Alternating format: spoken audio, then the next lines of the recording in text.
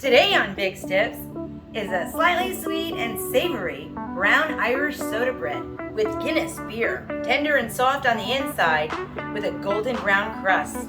It's the easiest bread to make, and you can whip up this rustic, gorgeous soda bread in no time at all. Just grab a large bowl, add a few dry ingredients, pour in some buttermilk and beer, then put that shaggy dough into a pan, then the oven. In less than an hour, you'll be a superstar for making a fresh loaf of homemade bread.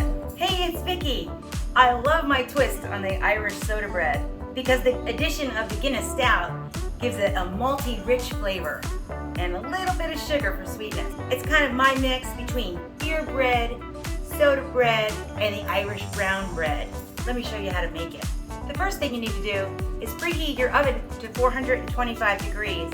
The bread's gonna need a nice hot oven because the shock of the heat that makes that bread just go ah and jump up for you. Then, in a large heavy bowl, add 2.5 cups or 313 grams of all-purpose flour. Plain flour is always the best. I don't have it scale, so yeah, I'm just gonna use cups. When using a cup to measure flour, it's important that the flour is not packed down too much. It needs to be light, fluffy. Use a spoon or a scoop to get your measure out and level it off with a knife or the side of a scoop like I do here. We're also going to add 1.5 cups or 188 grams of whole wheat flour for a lighter texture. Whole wheat flour is higher in protein and has less gluten than all-purpose flour. It's a softer flour. You can usually swap it out in a recipe for like 1/3 cup of all-purpose flour. Experiment with it, it's fun. Just that small amount will give you a depth of flavor. It's a little something extra. If you try it, let me know in the comments. Love to hear how it works for you. Then add 1 teaspoon of baking soda, 1 teaspoon of salt, and 1 teaspoon of brown sugar, just for that little kiss of sweetness. Whisk that up to combine and break up the brown sugar. Then you make a well in the center. Add 1 cup of buttermilk and 3/4 cup of Guinness for that malty, kind of caramelly flavor. The buttermilk and the beer react with the baking soda, and that's what gives you the leavening of your bread. It increases the pH of the dough and creates carbon dioxide. It puffs up the bread. Mix all that together with your hands or a wooden spoon, just until the flour has mostly absorbed the buttermilk and the beer. Set in some raisins, currants, nuts, whatever you like. And break up any raisins that are being a little too clingy. Hey raisins, no PDA. Stir a little more until it looks like a shaggy mess and put it onto a lightly floured surface and press it into a ball. We're not kneading here, we're just kind of working it into a ball of sorts. I prefer just to add a little flour to my hand so I don't get too much flour into the dough. It's a rustic bread, so the unevenness is kind of what you're looking for. And those bumps create like crunchy little bits. Yum. Crunchy. Legend has it that you cut a cross in the bread to let the fairies out. I don't know about that, but I know you gotta cut it open so the heat of the oven gets in there to bake it. Totally optional, but I like a little bit of extra sugar on the top.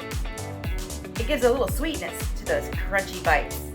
Then bake at 425 degrees for 40 to 45 minutes. There's a few ways that you check to see if it's done.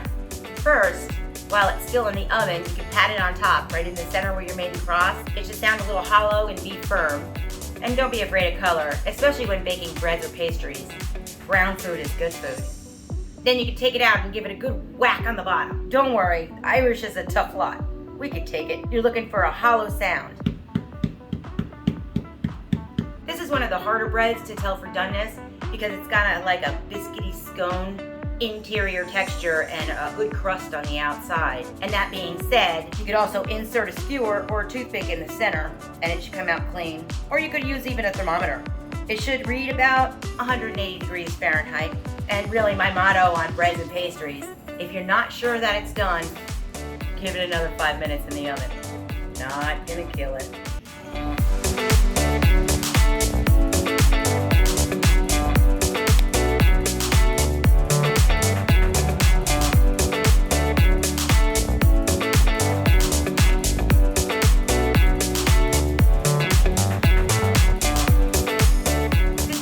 Good on its own. Of course, you want to eat it with some corned beef and cabbage for St. Patrick's Day. Let's give it a taste.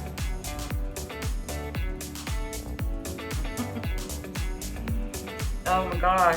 That texture, the addition of the wheat flour and the beer, the little sugar in there, it just turns your everyday Irish soda bread into, whoa, what am I eating? It's so good on its own. Of course, really super great with corned beef and cabbage. Gotta watch my video on that. It's always best right out of the oven. The next day it gets a little chewy. It's still good. I don't have a problem, but some people like to toast it just to bring that crust back. If you like my videos, please give me a comment. It means the world to me and I will answer you because I love making these videos. Sure hope you like them too. I make more videos like these every week. I'll see you next time. I can't stop eating this bread. There's not gonna be any left. Yeah, let's get some jam on here. Let's jam this bread out.